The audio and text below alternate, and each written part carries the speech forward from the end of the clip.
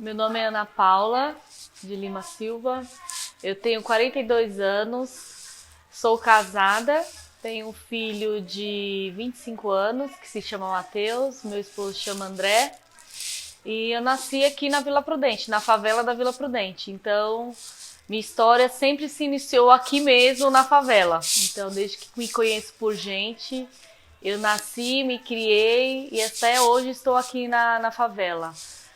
Me lembro muito assim da minha infância, que não foi uma infância tão fácil, né? Como hoje a gente olha para a infância de hoje, que é tudo mais rápido, mais fácil.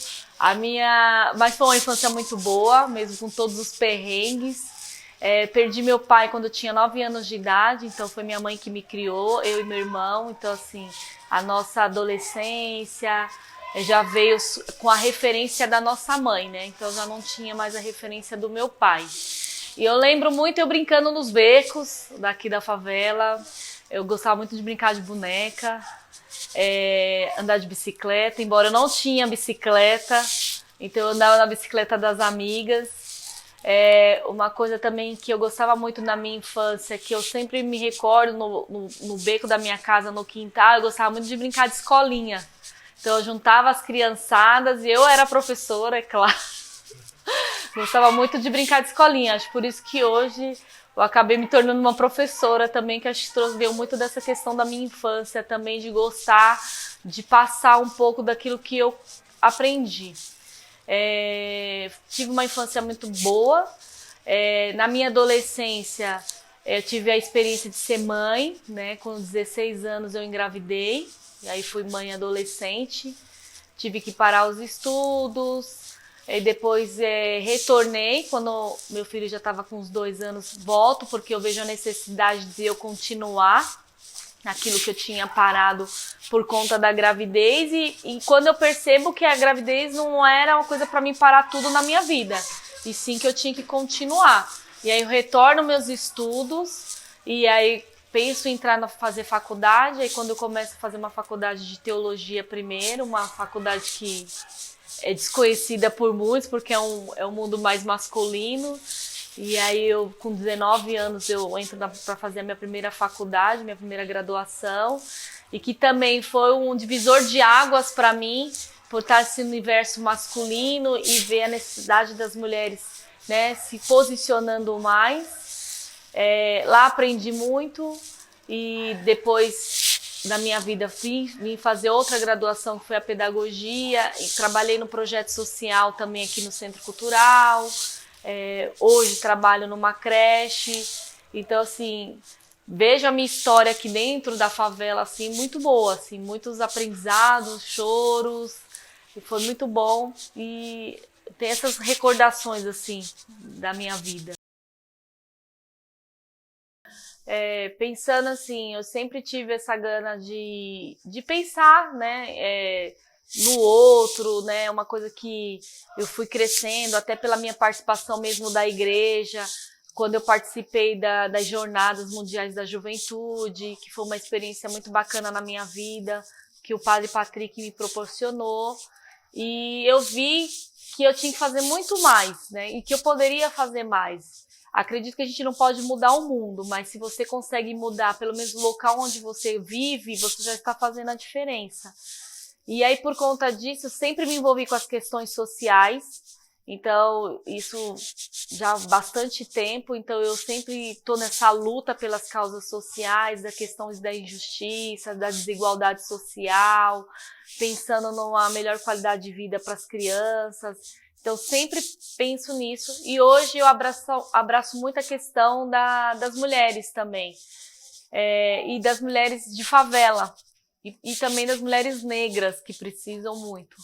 E aí, por conta disso, por ter essa vontade, então eu, com outras amigas minhas, a Diana e a Raquel, elas abraçaram essa ideia que eu tinha de muito tempo, e uma coisa que eu sempre falava para todo mundo que já me conhecia, que eu tinha muita vontade de montar um coletivo de mulheres aqui na favela, por ter essa necessidade das mulheres se colocarem, de ter espaço de fala, um espaço de convivência, um espaço de colocar suas indagações.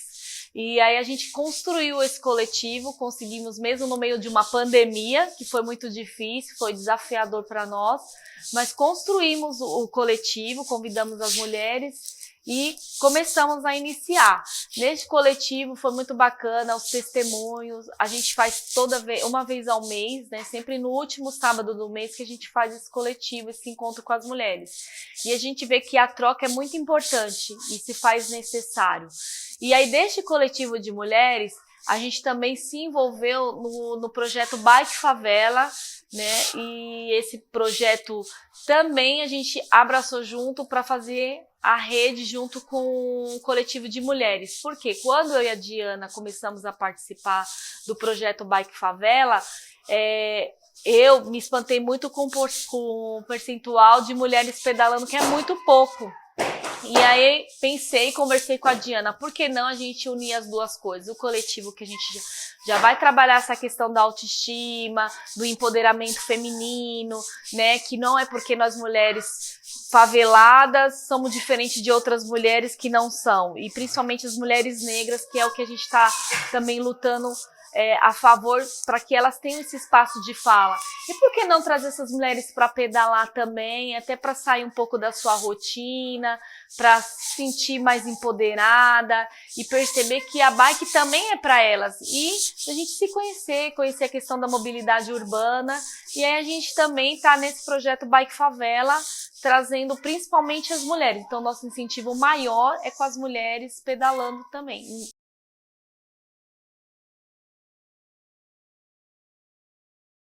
Então, minha mãe me contava assim, que minha mãe veio do Nordeste, Ceará.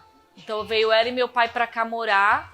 Minha mãe nem sabia o que era favela. Então vieram pra cá e minha mãe não tinha noção do que era uma favela, né?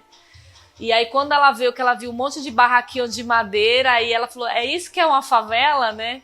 Então ela não entendia muito.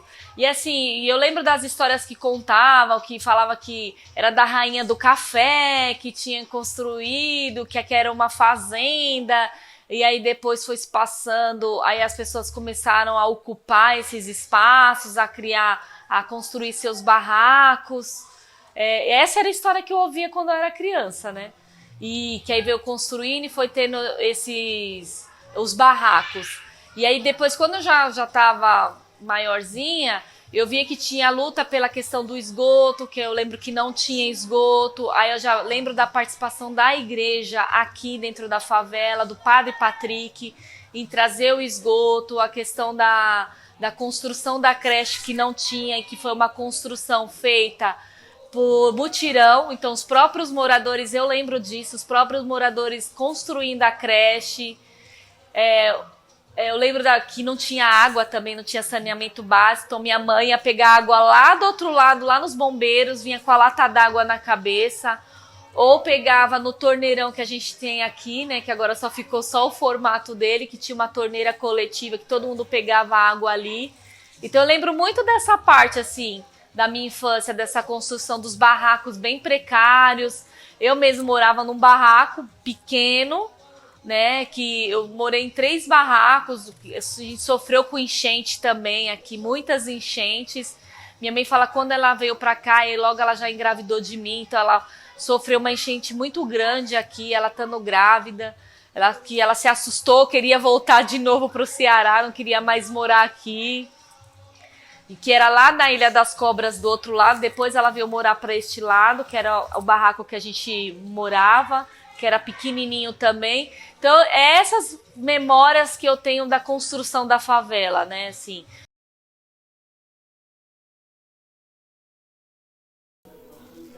Bom, uma ruim é a morte do meu pai. Então, assim, a morte do meu pai aqui na favela, assim, que ele morreu de infarto. Então, pra mim foi uma questão que marcou bastante na minha infância, por eu ter só 9 anos de idade, perder o pai criança, então marcou bastante. Outro fato também que não foi bom e que me marcou muito foi a morte dos meus primos também, que foram 3, mataram 3 deles aqui na favela também.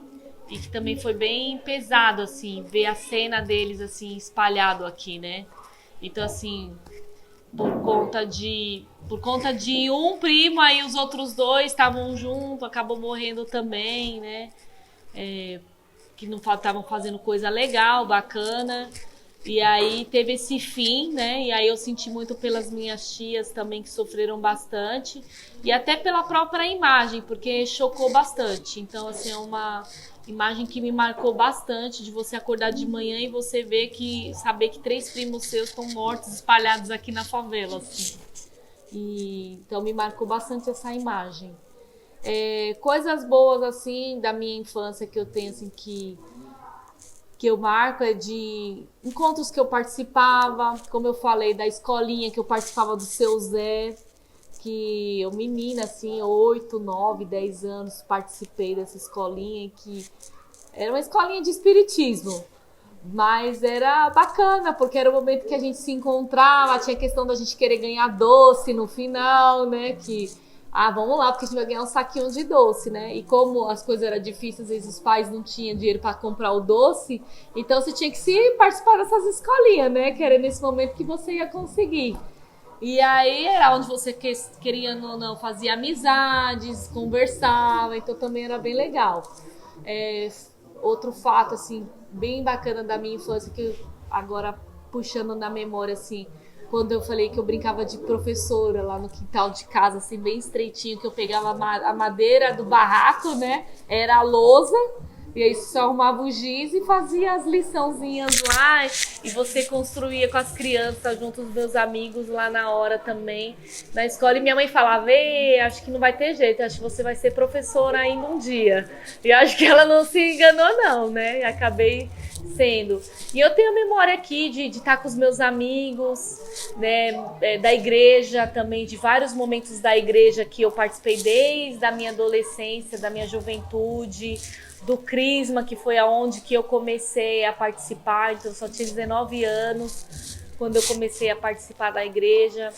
Então vários momentos aqui dentro da favela, festa junina, quermesse de São José, que a gente participava, a gente tinha que se mobilizar, as vias sacras da gente ter que passar nos becos e falar com o pessoal. Então tudo isso para mim é memórias assim bacanas aqui dentro da favela. Outra memória que eu tenho assim legal, quando eu trabalhei no projeto da gente fazer um evento aqui para as crianças no meio da favela, a gente conseguiu realizar e perceber a alegria das crianças, delas poderem se apresentar, mostrar todo o talento. Então são várias memórias. E uma memória que é bem marcante para mim, que é a última, foi quando eu casei na igreja aqui de São José, dentro da favela. E quando eu casei, né, não era essa igreja bonita, construída, reformada, né? Foi nela simplesinha ainda, que a gente teve que tirar o forro porque os cupim estavam comendo tudo, o chão que era vermelhão de cera. E porque foi uma opção minha e do André, por a gente acreditar que... André, vem aqui. Por a gente acreditar, né, por a gente acreditar que a gente, das nossas causas sociais, né, e pelo todo o engajamento que a gente tinha na igreja, e de não achar, assim, que a gente tá casando porque a gente quer fazer festa. No entanto, que muita gente falava pra gente, nossa, não acredito, vocês vão casar aí nessa igrejinha, casa lá na Santo Emídio, que é uma igreja bonita, né, vocês vão arrumar, vai ficar lindo. E a gente falava, não, porque se a gente casar lá, não é o André e a Ana Paula. Não faz parte da nossa essência, né, de casal. Não, vai perder todo o sentido do que a gente faz aqui, com o trabalho com a pastoral da criança, com a catequese, o crisma que a gente é envolvido, de toda a liturgia. Não ia fazer parte da nossa essência. A gente não estava casando para mostrar o bonito para os outros. A gente estava casando para mostrar o nosso testemunho enquanto casal. Era isso que a gente queria. Então, e a gente casou aqui. E aí eu lembro que choveu, né, André? Choveu nesse dia, muita chuva, muita chuva. E as pessoas numa expectativa, achando que, tipo assim, ai, vai ser um casamento que é na favela, vai ser bem simplesinho, né? Eles vão ter todo o cuidado porque é dentro da favela. E não, e a gente teve todo um cuidado de ornamentar, né? De fazer bonito, mesmo sendo dentro da favela. E aí eu lembro que um monte de gente esperando, assim, noiva, como que vai ser, né? E dentro da favela, porque era aquela coisa, o grupo que não concordava e tinha um grupo que queria ver se a gente ia ter essa coragem mesmo de fazer. E no fim deu tudo certo, foi lindo, emocionante, acho que foi um dos nossos maiores testemunhos aqui, do nosso trabalho, daquilo que a gente acredita. E pra mim ficou marcado na minha memória, muito assim, foi bem marcante, né, André?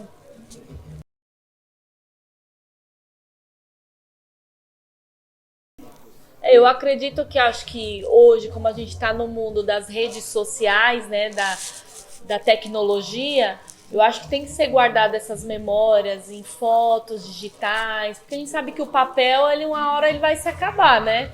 Então acho que aproveitar esses meios digitais para ter essa memória, o livro digital, onde está toda marcada, registrada essa história da favela, como também os físicos também, né?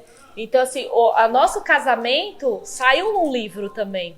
Então, a gente foi agraciado de ver a nossa história num livro físico, né? Que no dia que a gente casou, tinha um pessoal fazendo reportagem e tudo. E o nosso casamento saiu nesse dia no livro, assim, porque a repórter achou tão interessante a nossa história que colocou. E eu acho que é importante guardar essas memórias, e principalmente hoje que a gente está num mundo tão digitalizado, guardar tanto nas redes sociais como livro digital, sei lá, álbum digital também, para a gente ter isso registrado para que as futuras gerações possam ter esse acesso, né? Porque a gente sabe que o físico está se perdendo um pouco, como a gente já veio conversando, por conta da juventude ser hoje uma juventude diferente, e a gente sabe que as futuras gerações vai ser mais diferente ainda, então é tudo celular, tudo muito rápido. Então a gente sabe que hoje cada vez mais é necessário ter esse mundo mais digitalizado para a gente ter esses meios de guardar a nossa história, né? Mas também ainda acredito na história guardada em livros físicos também. Eu quero saber, né, que essa palavra aqui, né, resistimos também, eu acho que isso que é uma coisa interessante, porque a gente está falando o nosso tempo de casamento, o nosso tempo de vida é todo aqui na Favela da Vila Prudente. A gente passou por um monte de histórias, né? Esse espaço que a gente está, ele tem uma história. Para as pessoas que vierem depois da gente saber dessa história, valorizar a história, né? Teve gente que veio antes da gente, que resistiu antes da gente, agora é a nossa geração que está resistindo. E diante da atual situação política, social e econômica, os próximos vão ter que resistir também, né? E a gente sabe que cada vez mais é resistir mesmo. E ser um morador de favela, ser um favelado, é resistir a cada dia. Então a gente tem que resistir a cada dia. Porque é você brigar com a sociedade, é você se colocar presente, você mostrar e dizer assim, ó, estamos aqui. Nós existimos e resistimos. Ser favelado é isso. É existir e resistir. Então essa é a palavra mesmo de luta que a gente tem e de acreditar numa favela melhor possível a cada dia.